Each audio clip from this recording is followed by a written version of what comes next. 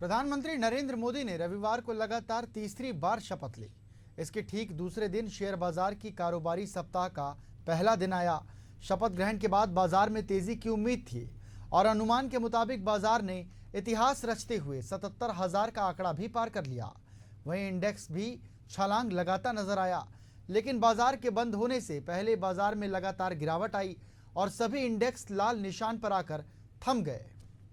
PM Narendra Modi के लगातार तीसरी बार प्रधानमंत्री पद की शपथ लेने के बाद सोमवार को शेयर बाजार ने मोदी 3.0 को जोरदार तेजी के साथ सलाम किया और सेंसेक्स 323.64 अंक की जोरदार तेजी के साथ पहली बार 77,000 के स्तर पर निकल आया।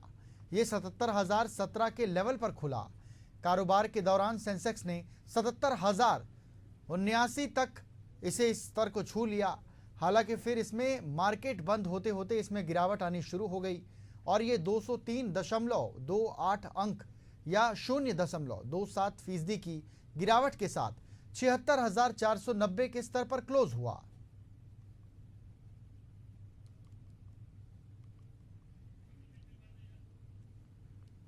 तो बाजार बंद होने से इंडेक्स गिर गया, फिर इसमें मार्केट बंद होते हुए इसमें गिरावट आनी शुरू हो गई। ये 203.28 अंक या 0.27 की गिरावट के साथ 76,490 के स्तर पर क्लोज हुआ।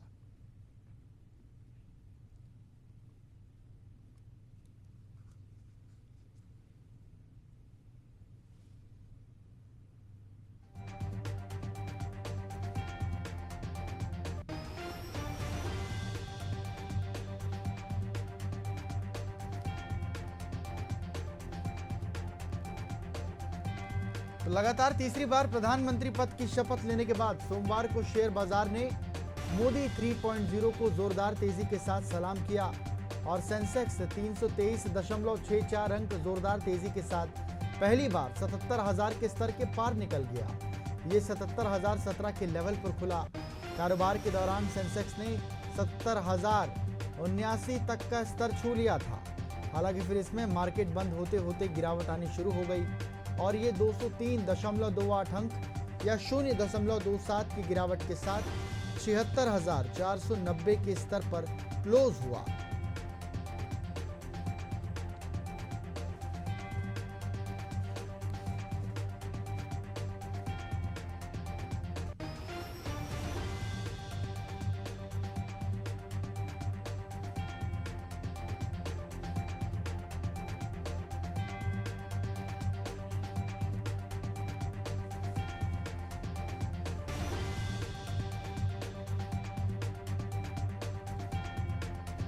और चलिए इस पर अधिक जानकारी लेते हैं। स्टॉक एक्सपर्ट्स आदित्य मनिया हमारे साथ जुड़े हुए हैं।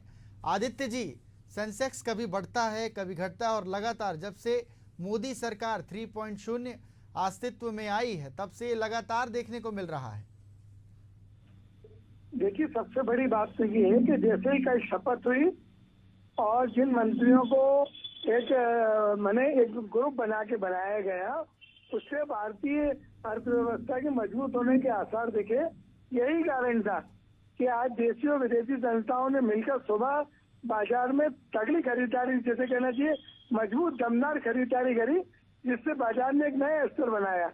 हालांकि हम ये भी देख रहे हैं कि दोपहर के 2 बजे तक डिपार्टमेंट जो पोर्टफोलियो था उसका अलॉटमेंट नहीं हुआ, तो कुछ लोगों ने वो एक तरफा मुनाफा वसूली कर दी, जिससे बाजार अपना ऊपरी स्तर को संभाल नहीं पाया और नीचे गिर के बंद हुआ। लेकिन फिर भी भारतीय शेयर बाजार में एक नया स्तर बन गया, इस बात की खुशी है। और दुनिया के जो बड़े बड़े निवेशक है अब वे पुनः भारतीय अर्थव्यवस्था को मजबूत मान रहे हैं और केंद्र की सरकार को वह उनका ऐसा मानना है कि केंद्र की जो सरकार जो बनी है, जिस तरीके से सबको समन्वय करके बनाया गया है, उससे लगता है कि भारतीय जो केंद्र की सरकार है वो स्थिर रहेगी और स्थिर रहने के बाद जो पुराने रिफॉर्म्स है वो भी चालू होंगे और जो नए रिफॉर्म्स हैं वो भी चालू होंगे। हालांकि इस बात पे अभी भी थोड़े बहुत संदेह बना हुआ है कि सरकार कहीं कहीं मजबूरी भी हो सकती है कि सरकार जो बड़े रिफॉर्म्स हैं उनको लाने में थोड़ा सा सरकार को बहुत मशक्कत करनी पड़ेगी। यही कारण था कि बाजार अपने ऊपरी स्तरों से फिसलकर लाल निशान में बंद हुआ। चलिए बिल्कुल बने रहिए हमारे साथ। घरेलू शेयर बाजार में कारोबारी सप्ताह के पहले दिन ओपनिंग तो शानदार हुई, लेकिन क्लोजिंग में गिरावट से निवेशक निराश हो गए। दरअसल सोमवार को सेंसेक्स 200 अंकों से ज्यादा गिरकर बंद हुआ। वहीं निफ्टी भी 30 अंकों की गिरावट लेकर बंद हुई है। आज ओपनिंग में दोनों ही इंडेक्स ने नई ऊंचाई को छुआ था। लाइफ हाई छूने के बाद बाजार में मुनाफा वसूली छा गई थी। निफ्टी ने 23,411 का नया रिकॉर्ड बनाया, तो सेंसेक्स ने 77,079 का नया रिकॉर्ड बनाया। कारोबार खत्म होते ही निफ्टी 30 अंक गिरकर 23,259 पर बंद हुई। सेंसेक्स 203 अंक गिरकर 76,490 पर बंद हुआ और निफ्टी बैंक 22 अंक गिरकर 49,780 पर बंद हुआ। सोमवार को आईटी शेयरों की तेजी पर ब्रेक लग गया। वहीं कारोबारी सप्ताह के पहले दिन सबसे ज्यादा तेजी एग्री और सीमेंट सेक्टर में नजर आई।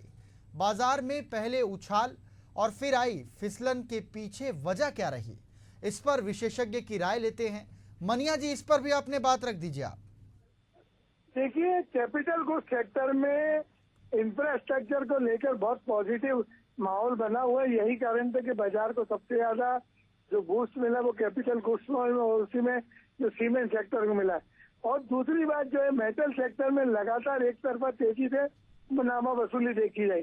सबसे बड़ा धक्का रिलायंस के, जब रिलायंस बाजार को देखिए, अब जो अगली जो तेजी आनी में उसमें जो ओल्ड इकोनॉमी के शेयर है उन पर ज्यादा भरोसा किया जा रहा है, लेकिन ओल्ड इकोनॉमी के शेयर अभी चल नहीं पा रहे हैं। और दूसरी तरफ हम देख रहे हैं कि आईटी शेयर भी नहीं चल पा रहे हैं। और सरकार ने आरबीआई की नीति है उसमें भी रेपो रेट में कोई बदलाव न होने से कहीं कहीं हम देख रहे हैं कि मुनाफा वसूली हो रही। और जो सबसे बड़ा बूस्ट हमको मिल रहा है वो हमको म्यूचुअल फंड जो घरेलू संस्थागत निवेशक है उसमें एसआईपी से मिल रहा है। लेकिन बड़े जो निवेशक है, जो एचएनआई निवेशक है, उनमें अब वो लोग अभी मुनाफा वसूली करने में लगे हुए हैं, क्योंकि उनके मन में अभी भी थोड़ा बहुत संशय है। यही कारण है कि बाजार ऊपरी स्तर पर हम देखते हैं कि दबाव आ जाता है।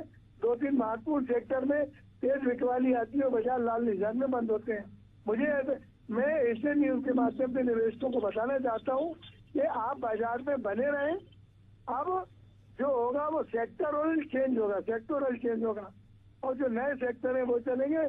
फ्रंट लाइन शेयर जो है वो चलने के लिए तैयार है, लेकिन अभी जब पोर्टफोलियो का वितरण हो जाएगा और सरकार के 10-15 दिन हो जाएंगे और उसके बाद समझ में आएगा कि कौन से मंत्री की कैसी कार्यशैली है और माननीय प्रधानमंत्री जी की कैसी कार्यशैली है, उसके बाद बाजार में बुल रन की शुरुआत हो सकती है। अदरवाइज मुझे लगता है कि अगले 3 महीने बाजार जो है सीमित दायरे में रह सकता है। चलिए बिल्कुल बने रहिए हमारे साथ। प्रधानमंत्री नरेंद्र मोदी के साथ 72 मंत्रियों ने भी शपथ ली है, जिनमें अमित शाह, राजनाथ सिंह, नितिन गडकरी, निर्मला सीतारमण और एस जयशंकर के अलावा अन्य दिग्गज शामिल हैं। इन दिग्गजों के शपथ लेने के बाद स्टॉक मार्केट में इसी बात की चर्चा है कि मोदी सरकार की पूर्व की नीतियों में बड़े बदलाव की गुंजाइश नहीं, लिहाजा स्टॉक मार्केट में भरोसा बरकरार है, जिसकी वजह से पीएसयू स्टॉक के अलावा इंफ्रास्ट्रक्चर, रेल परिवहन के अलावा सरकारी स्टॉक्स में तेजी बरकरार है। हालांकि बड़ी तेजी देखने को नहीं मिली है, लेकिन इंडेक्स के लाल निशान में फिसलने के बावजूद इन स्टॉक्स में गिरावट नहीं आई, जो ये संकेत दे रहे हैं कि मोदी सरकार को लेकर बाजार में भरोसा बरकरार है। साथ ही सरकारी नीतियों में स्थिरता भी ये संकेत दे रहे हैं। ऐसे में मनिया जी, आप कैसे देखते हैं इसे? देखिए, बाजार जो है संभावनाओं पे चलता है।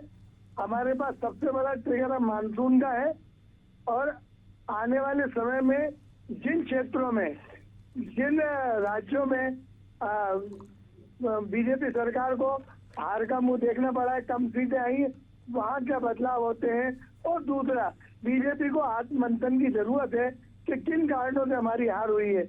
आज यूपी की हार को देखकर हम सभी जितने बीजेपी के कार्यकर्ता हैं, स्टॉक मार्केट के जो जानकार हैं, वो स्तब्ध रहे हैं कि ऐसी क्या कमी आ गई थी। तो सरकार को अब जन भागीदारी के साथ साथ जो आम जनता की समस्याएं हैं, आम जनता की जो जरूरतें हैं, उन्हें पूरा करने के लिए वही योजनाएं लाना पड़ेगी। क्योंकि अब देखने में ये आ रहा है कि सख्ती के साल गुजर गए हैं, अब कई जगह जनता चाहती है कि उन्हें कई जगह रियायत मिले।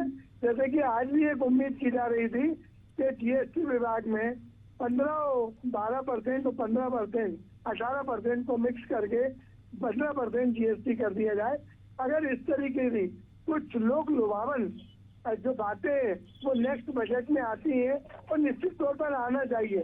बाजार को जब सपोर्ट वहीं से बजट के बाद ही मिलेगा कि सरकार की जो पहले की चाल थी और अब की चाल में जब उनके दूसरे सहयोगी दल हैं, उनको भी चाहिए कि उनके राज्यों में किन किन चीजों की आज सबसे ज्यादा जरूरत नौकरियों की, रोजगार की जरूरत है।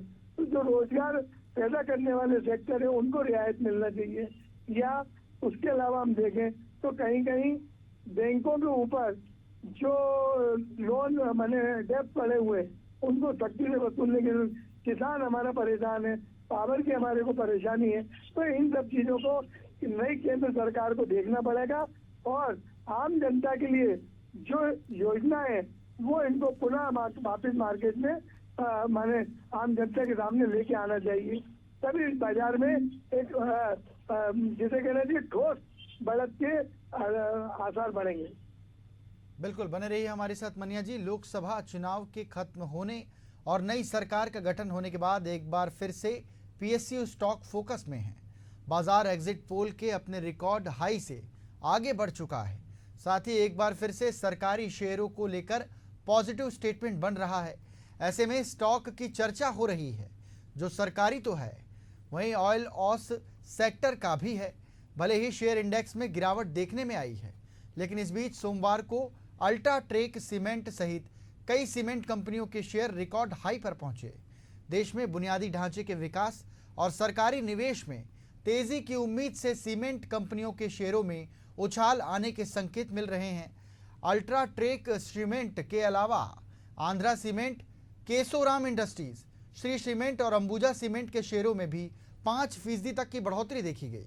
ये तेजी प्रधानमंत्री नरेंद्र मोदी के लगातार तीसरी बार शपथ ग्रहण के बाद बाजार में सकारात्मक रुझान के बीच सामने आई है। मनिया जी पथ प्रदर्शित कर दीजिए इसमें भी।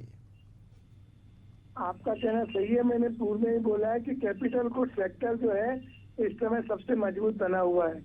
देश में रोजगार की आवश्यकता है और इंफ्रास्ट्रक्चर और रियलिटी सेक्टर ही सबसे बड़ा रोजगार देने वाला सेक्टर कहलाता है।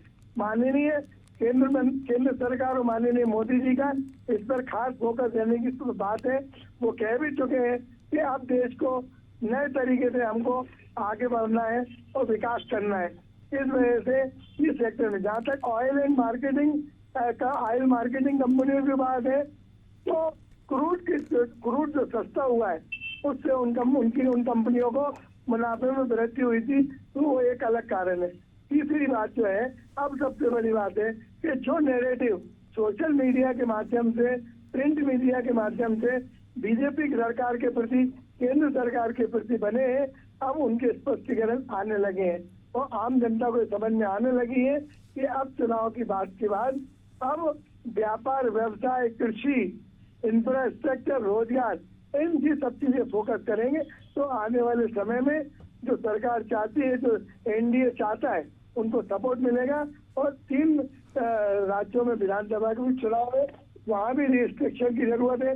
वहाँ भी जनता की जो भी आकांक्षाएं केंद्र सरकार को पूरी करनी पड़ेगी, राज्य सरकार को पूरा करनी पड़ेगी, जिसमें कृषि, रोजगार सबसे महत्वपूर्ण रहेगा। यही कारण है कि मैं समझता हूँ अगले 6 महीने बाद बाजार में नए हाई बनेंगे। हो सकता है अगर ये बजट केंद्र सरकार का जो लोक लुभावन बजट दिया है, आम जनता की इसमें अपेक्षाएं पूरी होती है, तो बाजार पुनः नए हाई की तरफ बढ़ेगा।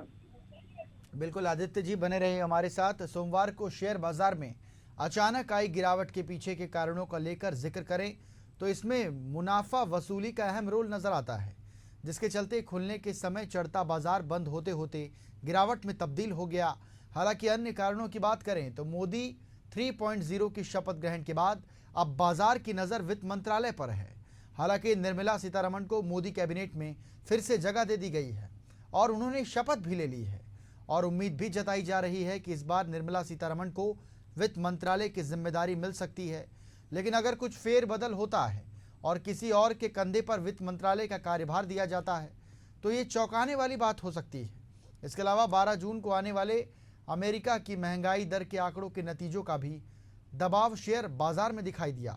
इस विषय पर अधिक जानकारी के लिए सीधे चलते हैं स्टॉक एक्सपर्ट आदित्य मनिया जी के पास।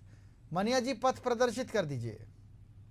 जो पिछले एक हफ्ते से बाजार चल रहा है वो घरेलू साइन पर चल रहा है। बाजार के सेंटीमेंट घरेलू बाजार के और घरेलू जो भारत की अर्थशास्त्र की नीतियां, चुनावी नीतियां हैं, इन सब चीजों पे चल रहा है। लेकिन अब बाजार में सेक्टोरल चेंज हो गया है, अब दूसरे लक्ष्य चेंज हो गए।